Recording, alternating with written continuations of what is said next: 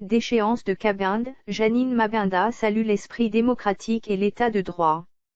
La présidente de l'Assemblée nationale, Jeannine Mabunda Lioko, a salué l'esprit démocratique et l'état de droit ayant conduit à la déchéance du député national Jean-Marc Cabinde de son poste de premier vice-président de la Chambre basse du Parlement.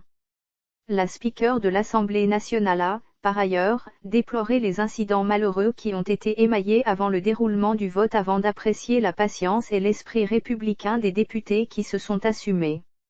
Il sied de noter que Jean-Marc Cabinde a été déchu de son poste de premier vice-président du bureau de la Chambre basse du Parlement avec 289 voix pour contre 17 voix et 9 abstentions sur 315 voix exprimées. Le président et de l'UDPS a été l'objet d'une pétition initiée par le député national Jean-Jacques Mamba du Mouvement de libération du Congo, MLC, parti de l'opposition Lamuka.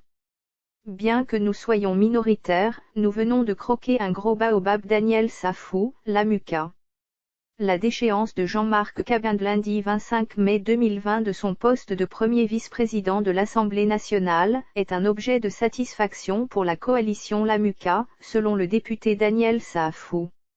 À en croire ce membre de cette plateforme politique de l'opposition, il s'agit de la victoire de la minorité. Quand il s'agit de défendre les intérêts supérieurs de la nation, il y a ni FCC ni CAC ni Lamuka.